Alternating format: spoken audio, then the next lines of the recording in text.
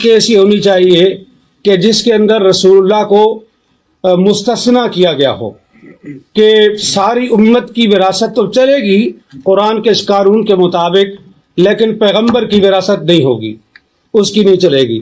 تو لہذا قرآن کریم کے خلاف ہے یہ چیز کہ رسول اللہ کی وراثت نہیں تھی، اور قرآن نے ان کو یہاں سے خارج نہیں کیا۔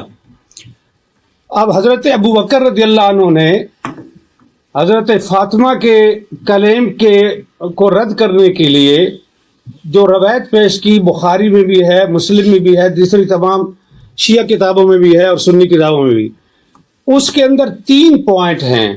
ابھی دونوں علماء نے، دونوں اسکالرز نے وہ حدیث پیش کی ہے، میں اس کی تفصیل میں نہیں جاؤں گا، وقت کم ہے۔ اس کے 3 اجزاء ہیں۔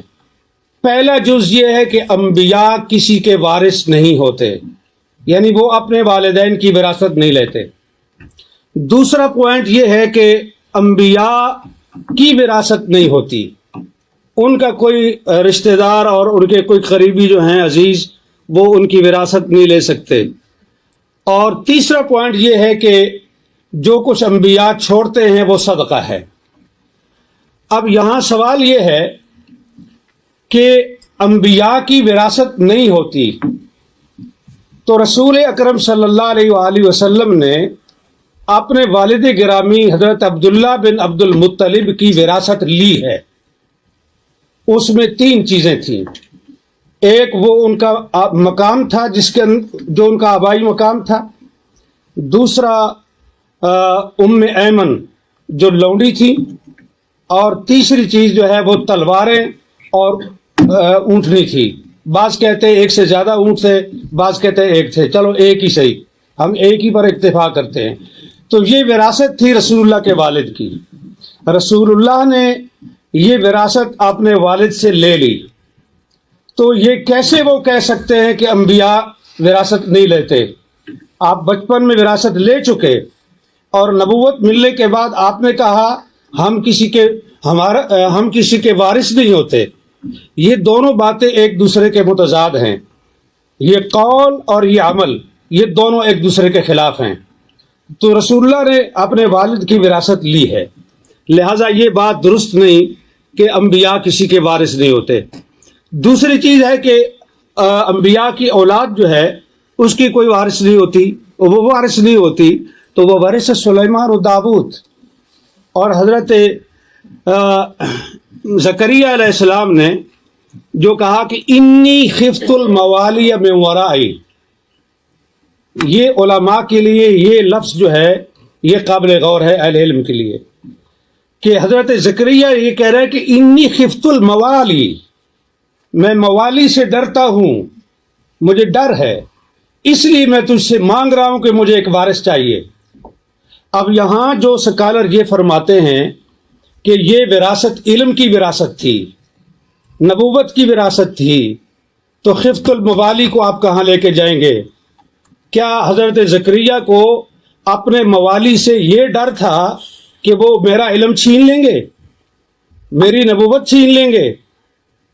انہیں ڈر اس چیز کا تھا کہ جو میری پراپرٹی ہے اور جو میری جائیداد ہے، میرے بعد میرے موالی اس پہ قابض ہو جائیں گے، اور اسی لیے انہوں نے اس پہ قابض ہو جائیں گے، اور اسی لیے انہوں نے یرثنی و یرث من آل یعقوب یہ انہوں نے مانگا۔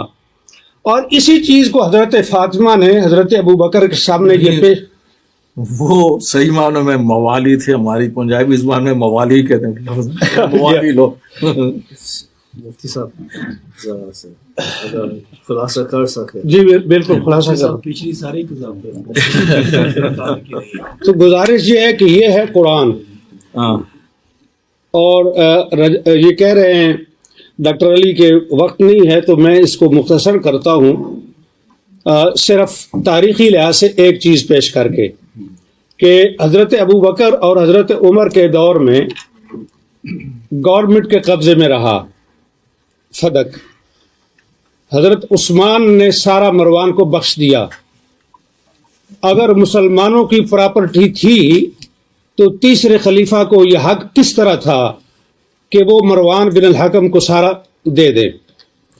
پھر حضرت عثمان کے بعد امیر شام معاویہ بن ابی سفیان کا دور آیا، انہوں نے حضرت عثمان کے بیٹے اور حضرت اس کو مروان کو اور اپنے بیٹے کو، ان تین کے درمیان فتح کو تقسیم کیا جناب معاویہ بن ابی سفیان نے۔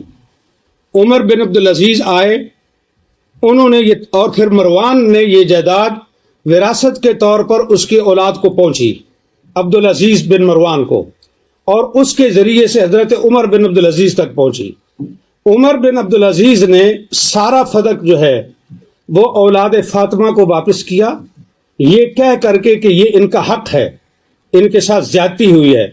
اب سوال یہ ہے کہ فیصلہ حضرت ابو بکر کا درست تھا، فیصلہ حضرت عثمان کا درست تھا، فیصلہ عمر بن عبدالعزیز کا درست تھا، اور اس کے بعد کی تاریخ انہوں نے بتا دی، یہ مامون الرشید تک پہنچتا ہے، اور مامون کے بعد پھر حکومت کے قبضے میں آیا، اور پھر آج تک بنو فاطمہ کو وہ واپس نہیں مل سکا۔ تو یہاں میرا پوائنٹ یہ ہے کہ یہ جو حدیث پیش کی جاتی ہے یہ قرآن کے خلاف ہے۔ اہل سنت کے محدثین کے اصول کے مطابق قرآن پر پیش کرو، درایت پر پیش کرو، اگر اس لحاظ سے روایت ٹھیک ہے تو قبول کی جائے گی، ورنہ اس کو رد کیا جائے گا۔ بخاری کے اندر روایت آنے کا یہ مطلب نہیں ہے کہ ہم اس کو آنکھیں بند کر کے قبول کر لیں، یہ روایت قرآن کے سریعاً خلاف ہے۔ بسم اللہ الرحمن الرحیم۔